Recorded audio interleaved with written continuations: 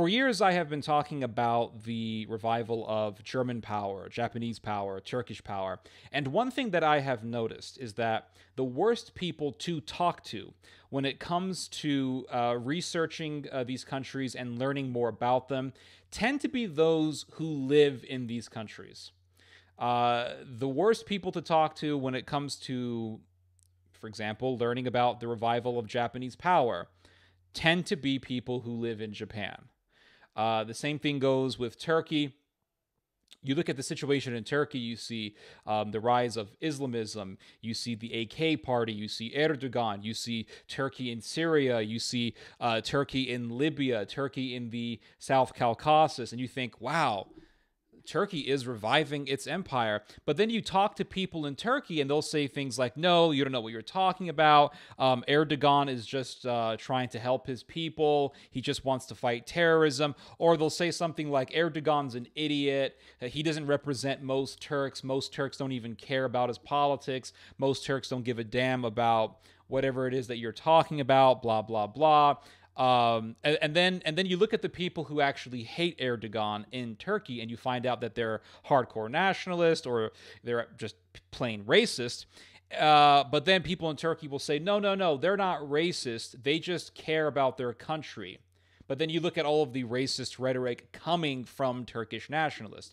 But then you actually talk to someone who visited Turkey, and they'll tell you, no, Turkey is one of the most racist places on earth. I remember talking to someone who was in the Marine Corps, and he was stationed in Turkey, and he told me, he said, Turks are the most racist people he had ever met, and he told me that their racism is like 1800s slave plantation type racism. Like, it's that bad. He told me Turkey is the most racist country he had ever gone to. Some people there, when they grow, a lot of people actually, most people, when they grow up in a society, when they grow up in a country, they tend to look at everything through rose-colored glasses. It's like the old saying, the last thing that a fish knows is that it's wet. You tell a fish, hey, you're wet. The fish doesn't know. He has no idea that he's wet. But you take that fish out of the water, and that fish knows that he needs water. That fish knows that he's in a completely new environment, which is why when it comes to learning about a country, I think some of the best people to talk to are those who are outsiders. The outsiders, people who are not native to that land, they visit that country and they come back.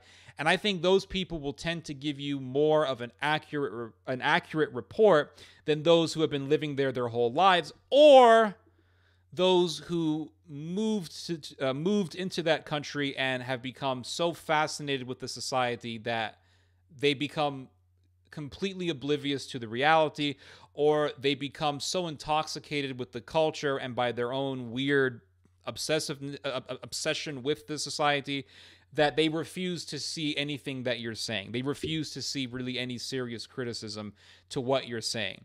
It's like you read about India, and you'll read that in India there have been literally tens of millions of cases of abuse because someone is of a lower caste, and the person who was of a higher caste thinks that he is justified to abuse this person just because he is of a lower caste.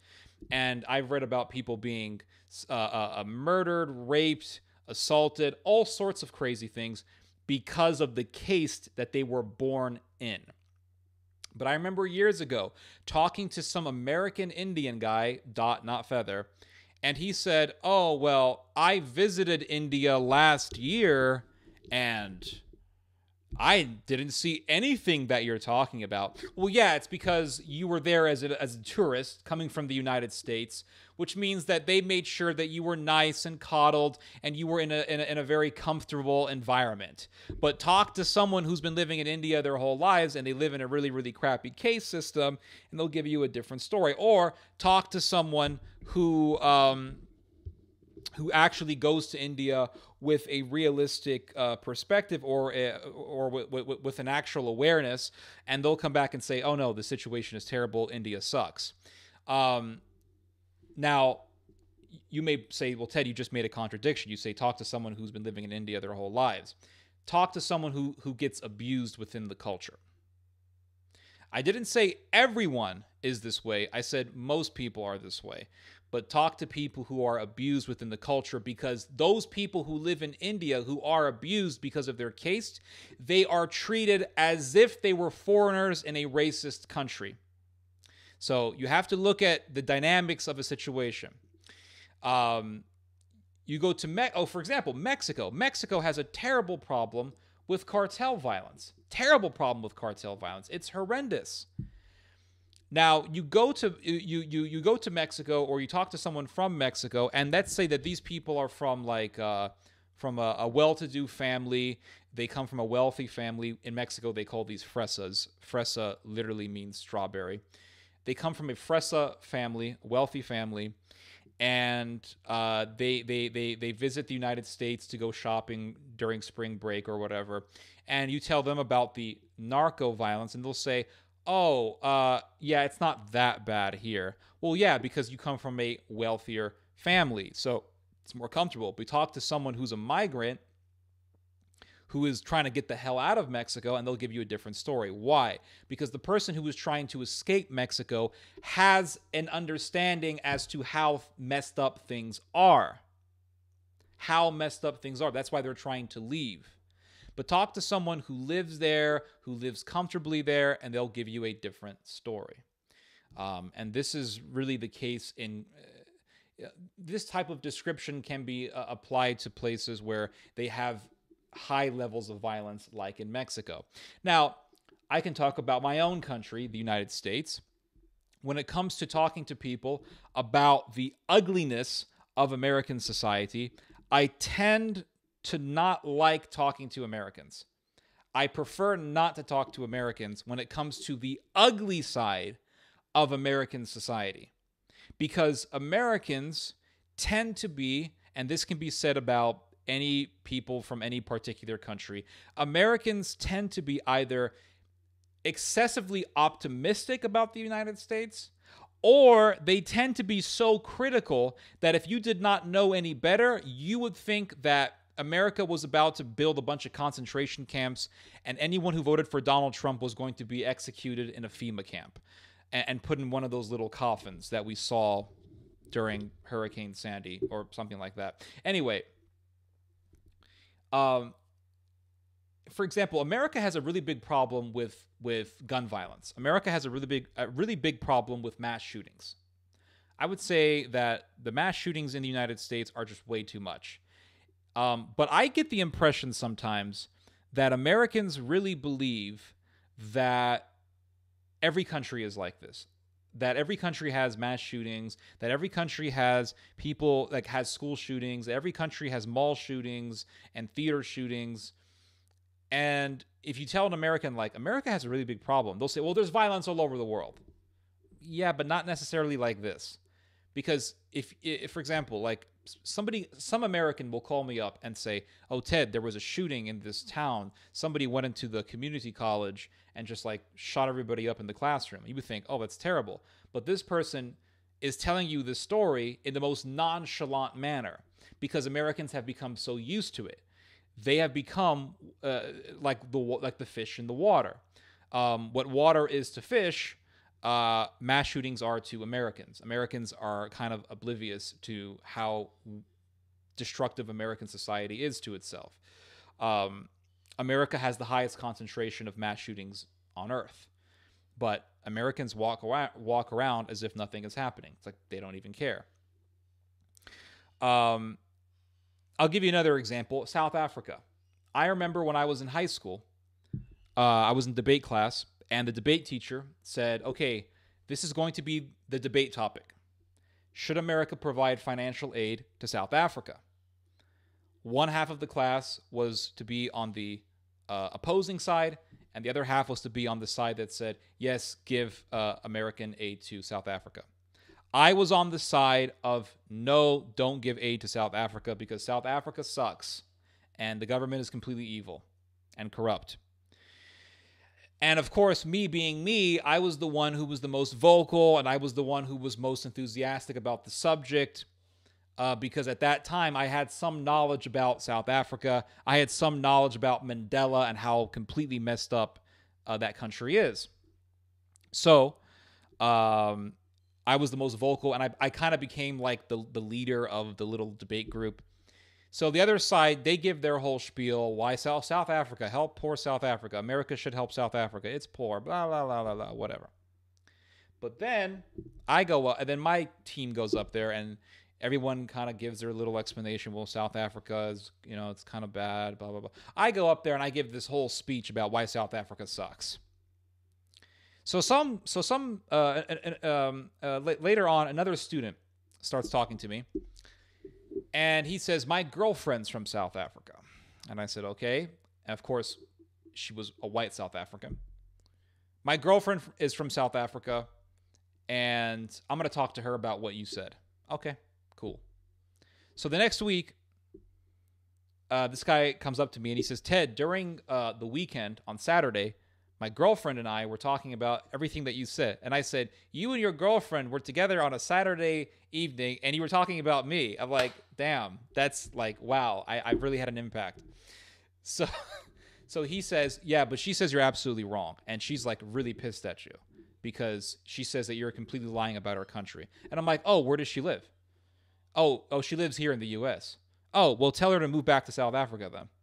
Because if South Africa was so great, she would be more than happy to live there. But she doesn't. Why does she live here in the United States? Maybe because she's white and she's tired of living in some gated community where she has to be protected by mercenaries all the time. Just an idea, just a thought, just a hunch that I have. South Africa sucks. Like people who live in South Africa want to get the hell out of South Africa.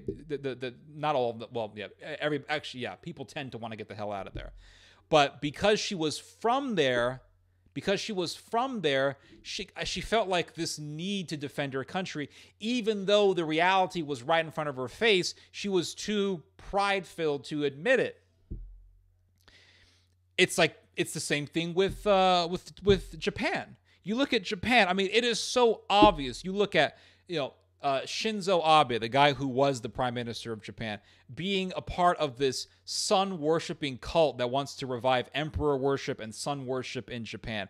You look at the massive amounts of genocide denial that has happened within the Japanese government over the years. The fact that so many Japanese parliamentarians have openly said that Nanking did not happen. The fact that so many Japanese parliamentarians and politicians and officials have said that there were no comfort women, that there was no extermination of the Chinese people, there was no genocide. Like all of that is fake. It's all faked up. The fact that the Japanese have been so hardcore, so intense about boosting up their military capacity and about becoming militarily independent of the United States. I mean, you look at all of this reality and it's like, wow, Japan really does want to revive its power.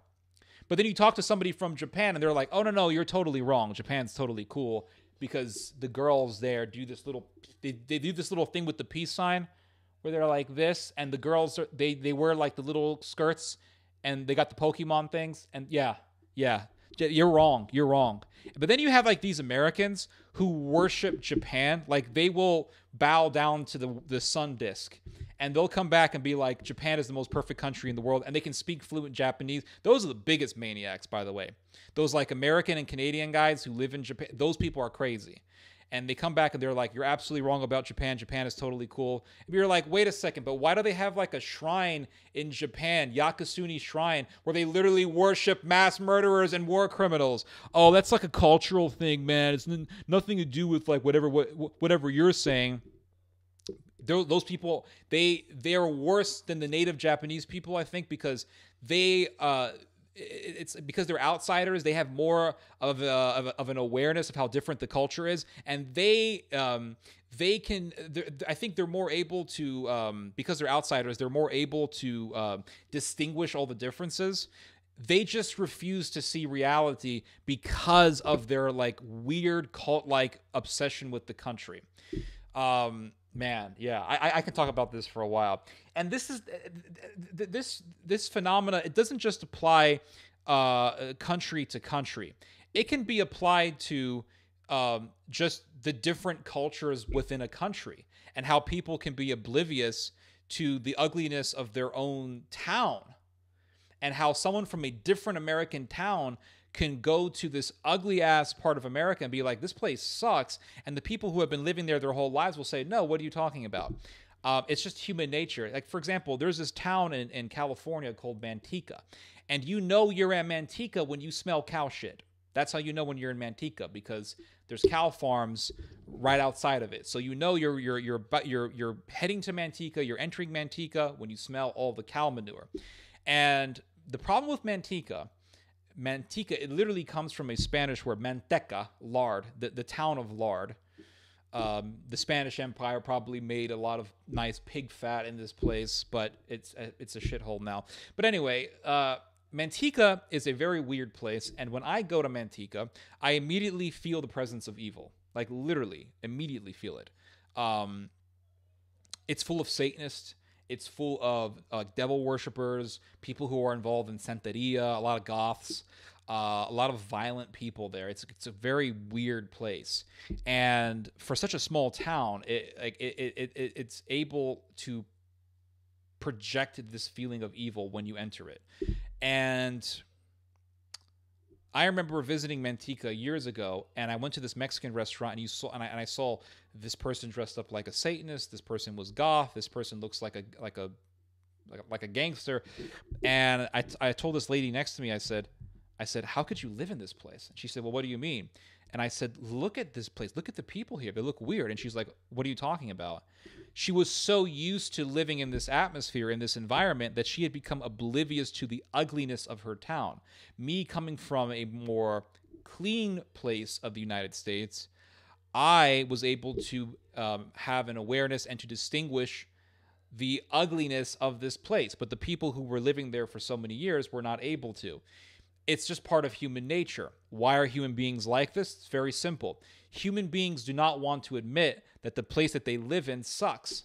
They don't want to admit it, so they try to look for all of the good things, and those good things are the only thing that we should talk about, and we should not talk about the ugly reality. So Americans just want to talk about the good things of American society.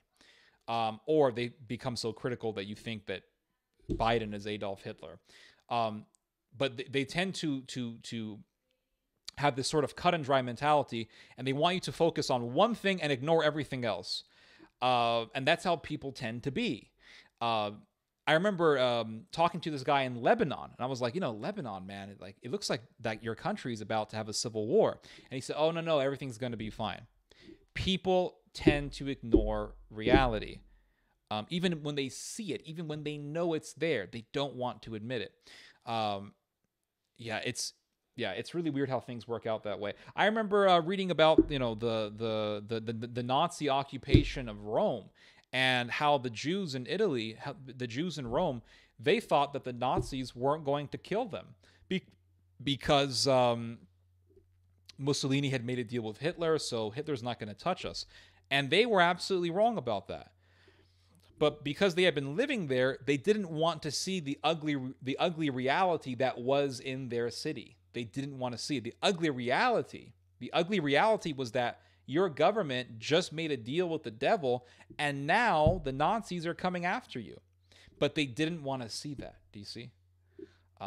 So yeah, I think it's because I come from a background where my father was born in a different country. My mom came from a different country. I think that gives me kind of the awareness to see all of the ugliness of the country that I live in, because I grew up in a household of people who came from different countries. My father comes from the West Bank, and the West Bank has one of the lowest murder rates in the world.